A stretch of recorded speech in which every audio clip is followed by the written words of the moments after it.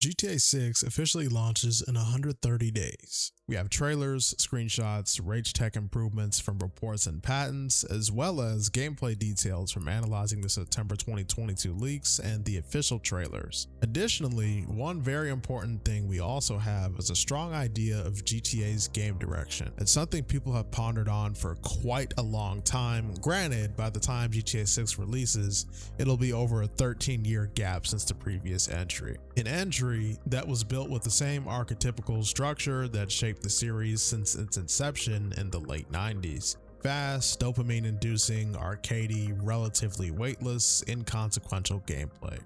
Gameplay that GTA fans would tell you themselves is, quote, what GTA is. Well, GTA 5 fans, at least. In GTA 4, the gameplay direction tried to do something much more than what it accomplished back in 2008, but even in retrospect, that game was a lot closer to what Red Dead Redemption 2 is now and what it was in 2018 than it is to what GTA 5 ended up becoming in 2013. Thematically, two very different games that serve two very different demographics. When GTA 4 stands brag about their game, you just nod and keep moving because you already know what the playbook is. My stories are better because they're depressing as hell. My physics are better because driving on asphalt feels like boating on land, although some cases the GTA 4 physics are much better than GTA 5. But I guess depending on how you look at it, the game might feel more or less alive than GTA depending on what you value. The game itself is very gray. It's very dull and it has this feeling of hopelessness that is only substantiated by the satire and NPCs that inhabit it. GTA 4's map is smaller, but there's more places to walk into. There's more things to interact with. You can pick up random stuff off the ground and throw it. You can walk into the restaurants that in GTA 5 don't have interiors. When you go into the internet cafes, you can hear people typing around on their computers, and you can go and find plenty of mysteries on the computers yourself as well. Police engagements are not binary functions between docile and kill mode. Although I guess it was GTA 5's goal to satirize what LA police are like. And in doing so, they look to capture the rest of what defined the early 2010s in Los Angeles. You go to places like Vespucci Beach, you see people working out. They're on their phones, walking and talking, they're on the sand. You drive closer to the mountains in Vinewood Hills, and you've got these long, steep, obtuse roads caked up with expensive houses and pools in the back, two-door coupes, sports cars. And to be honest, I'm not going to mention Blaine County because that whole north section of the map is essentially just gorgeous set dressing. In contrast, GTA 5 is very bright. It's very colorful, comical. It doesn't give itself a chance to be taken seriously. And it's not by accident that within this contrast, they also differ significantly with mechanical gameplay. GTA 4 is a lot heavier. When you drive like a maniac, you get punished for it. And if you're good at it, it feels rewarding because the handling is difficult to get used to. And you can't just sprint melee spam like you can in GTA 5 to completely avoid interaction as a whole. Gunshots will cause NPCs to stumble, grab on to injured wounds, limp. In Red Dead Redemption 2, Rockstar took these elements even further. But somewhere in between, GTA 5 stands alone as the game that is atypical from its peers. If players want to associate Red Dead Redemption with being this realistic, immersive, grounded, serious, emotional experience that forces the player to think about what they're doing, and GTA as this game that is this bubbly wonderland of inconsequential decision making where crime means nothing and fun means everything above all, then GTA 4 wouldn't even exist and Red Dead Redemption 1 would align a lot more with Red Dead Redemption 2 than it does GTA 4 and 5. I think if Rockstar had the opportunity with the right amount of time, budget, and hardware, they would have just tried making GTA 6 on the PS3. And I think they ultimately tried to do it again with GTA 5. They gave us two really good games for the 7th generation. Well, we got Red Dead Redemption and Max Payne 3 during that time too, of course. But they gave us two really good mainline GTA games for that generation. And admittedly, it's always been Rockstar's intention to one-up themselves on every outing, to see how much they can squeeze out of every new piece of hardware they get for the new generation, to tell stories in these large, interactive, open worlds that allow the player to really sink their teeth into what the game has to offer. And so that leaves us with actually a very interesting detail. most looking forward to creating in a PlayStation 3 game is a truly realized, truly immersive, living, breathing world. This is what we live for.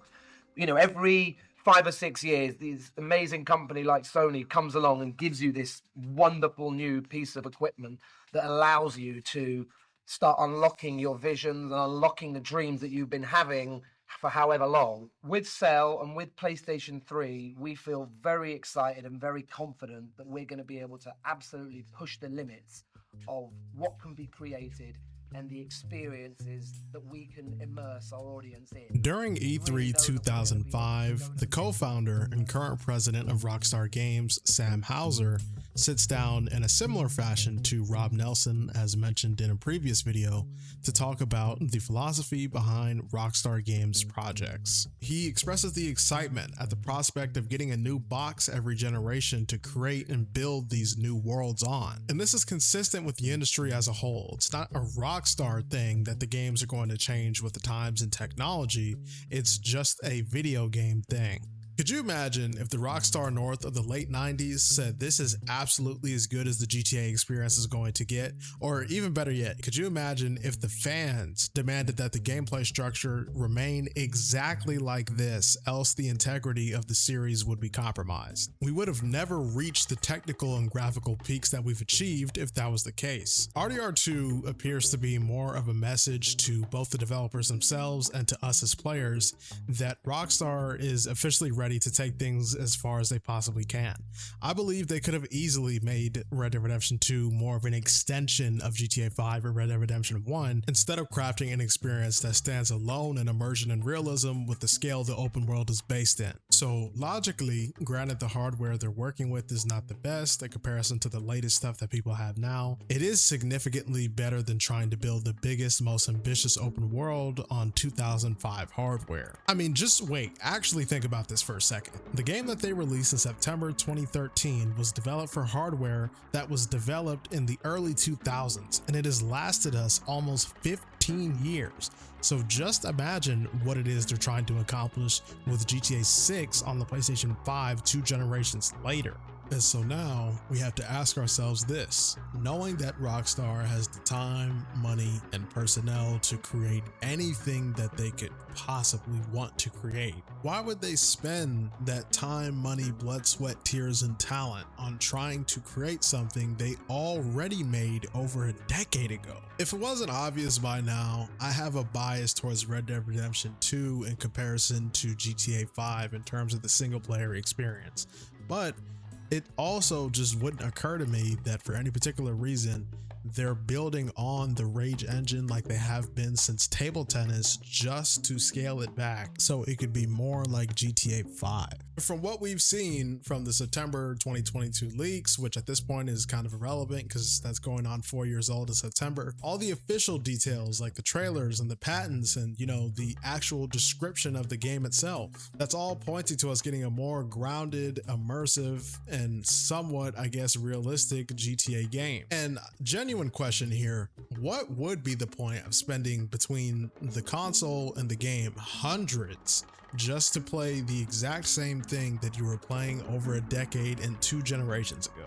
At that point, why not just download reshade effects or natural vision enhanced and like whatever mods that you would want to customize your GTA 5 experience? If the sentiment truly is, well, I just want the exact same engine mechanics, gameplay loop, gameplay direction, and features from the previous game, but with slightly better graphics or a different map, kind of comes off as just wanting to play modded GTA 5, which is fine, but the rest of us want something more. We want something fresh. We want to see what they can do after the previous masterpiece that they delivered us. And we want to see them iron those flaws out. We want to see them iron out the flaws of the one system. We want to see them address the huge ludo-narrative gap between a rigid linear story and a stretchy, malleable open world. We want to see more random encounters, freedom in missions, customization, gameplay items, whether practical or just random shit to play with. Guns, cars, trucks, planes, vans, motorbikes, and of course I didn't forget animals and countryside. I mean,